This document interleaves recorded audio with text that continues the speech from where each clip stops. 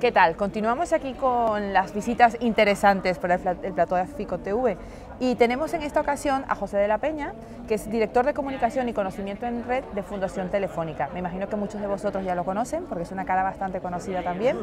Y bueno, José, adicionalmente en Fundación Telefónica organiza Héroes de Social Media, que este viernes, por cierto, tenemos una edición, ¿cierto? Sí. Acabamos este viernes un ciclo de 3 y con lo que hemos llamado clásicos de social media, ¿no? Exactamente. Entonces, que va a estar muy interesante también. Pueden, por streaming va a haber también, Sí, ¿no? hay streaming lo como van a todo, poder seguir sí. por streaming, como siempre. Y bueno, José ha estado moderando 2 charlas, tanto ayer como hoy, una relacionada con educación y la otra, ¿me comentabas? Sobre contenidos digitales. Sobre contenidos digitales. Entonces, bueno, Pepe, quisiera que nos contaras un poco cuál ha sido, tal como me comentabas, pues ser moderador te permite como hacerte una idea más general Sí. de lo que está conversando la gente, que cuando eres ponente, porque realmente estás pendiente de contar lo que quieres transmitir. Entonces, bueno, cuéntanos un poco cuál ha sido tu experiencia, qué opinión tienes, a qué conclusiones llegas de esas charlas, Pues mira, de esas mesas. La de ahora mismo, que ha sido la de contenidos digitales, realmente se llamaba ¿Dónde puedo estudiar para hacer contenidos digitales? Vale. Pues ha sido muy interesante porque lo que ha demostrado es que los contenidos digitales son un mundo es un gran mercado, es realmente el futuro y el presente, que como país tenemos muchas posibilidades allí y hay muchas productoras tanto de animación como de videojuegos que no están encontrando profesionales, entonces es justo el mundo al revés de lo que estamos acostumbrados. Estamos acostumbrados a oír hablar de la economía como unas ruinas sobre las que estamos llorando porque han desaparecido, y al mismo tiempo esta gente, estos 4 ponentes, lo que nos enseñaban era un mundo nuevo, lleno de posibilidades, que estaban buscando gente que no la tenían, que estaban incluso formando dentro de la misma empresa. Imagínate. Y era pues parecido a... ¿Te acuerdas en el oeste, Oregón, cuando estaban todos con los carros y decían, bueno, este es un territorio el que llegue, que ponga su pica? Sí. Pues esto era parecido. Lo que nos contaron es, hay muchos sitios donde la gente se está lamentando de que ha perdido su queso, pero aquí hay un queso enorme para que empezamos a comer y lo que pasa es que tenemos que superar una serie de dificultades. ¿Y por qué crees o por qué creen estas personas que hay esa escasez de gente, de que les cuesta tanto conseguir gente? ¿Será que no se informa de que se está buscando esos perfiles? La gente no está buscando como debe buscar y realmente estamos un poco cómodos, ¿no? Como esperando a que vengan y nos toquen la puerta. ¿Quieres trabajar?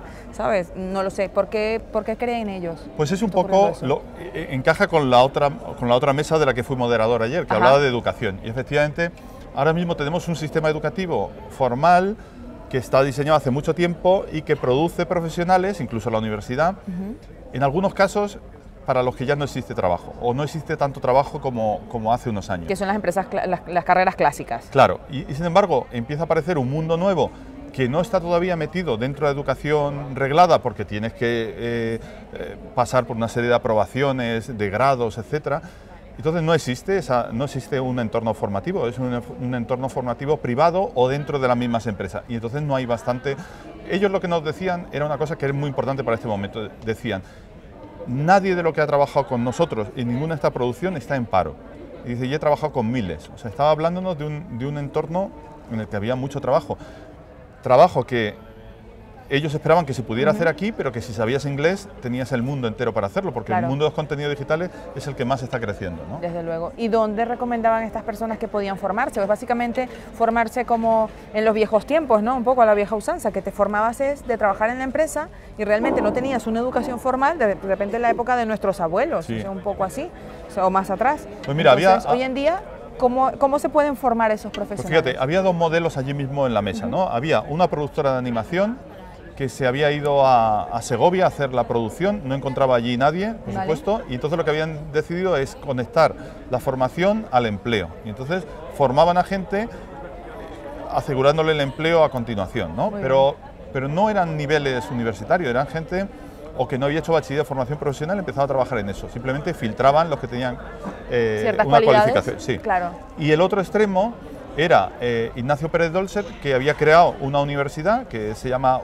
UTAD, en Las Rozas, T de tecnología, A de arte y D de digital, y que intenta ser una universidad para formar los profesionales que él no encontró cuando estuvo haciendo, por ejemplo, la producción de Planet 51, que es una producción de dibujos animados pero hechos con ordenador. Él no lo encontraba y entonces en vez de quejarse, pues ha creado una universidad para formarlo, ¿no? Está dando sus primeros pasos. Se encontró más un modelo de negocio allí. Claro, pero a su vez, por una necesidad, él lo que ha hecho ha sido...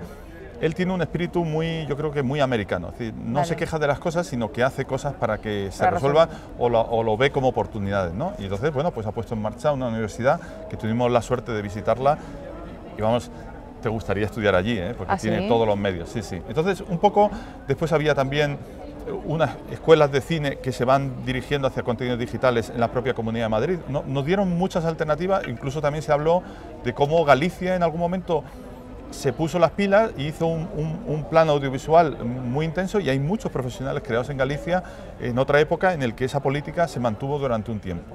Entonces fue muy interesante, por eso te digo que muchas veces es más interesante ser moderador de mesa que ponente, ¿no? Claro, porque sobre todo para ti que estás en el entorno de la educación, pues... A ver, esta es una información súper interesante y súper valiosa, porque es lo que hablábamos. Hoy en día que tanto se habla de la crisis, del paro, que no hay trabajo, que cuida lo que tienes porque quién sabe qué va a pasar. Y bueno, encuentras todo un nicho de mercado con una cantidad inmensa de posibilidades, pues hay que aprovecharlo. Pero evidentemente tendrás que tener unas competencias determinadas para poder acceder a ese tipo de cosas, lógicamente. Sí, pero fíjate, es curioso, en el mundo de videojuegos hay como varios perfiles. Entonces, hay alguno que es fácil de saber. El mundo de videojuegos es un mundo tecnológico, hace falta gente que trabaje con programas o que sepa programar.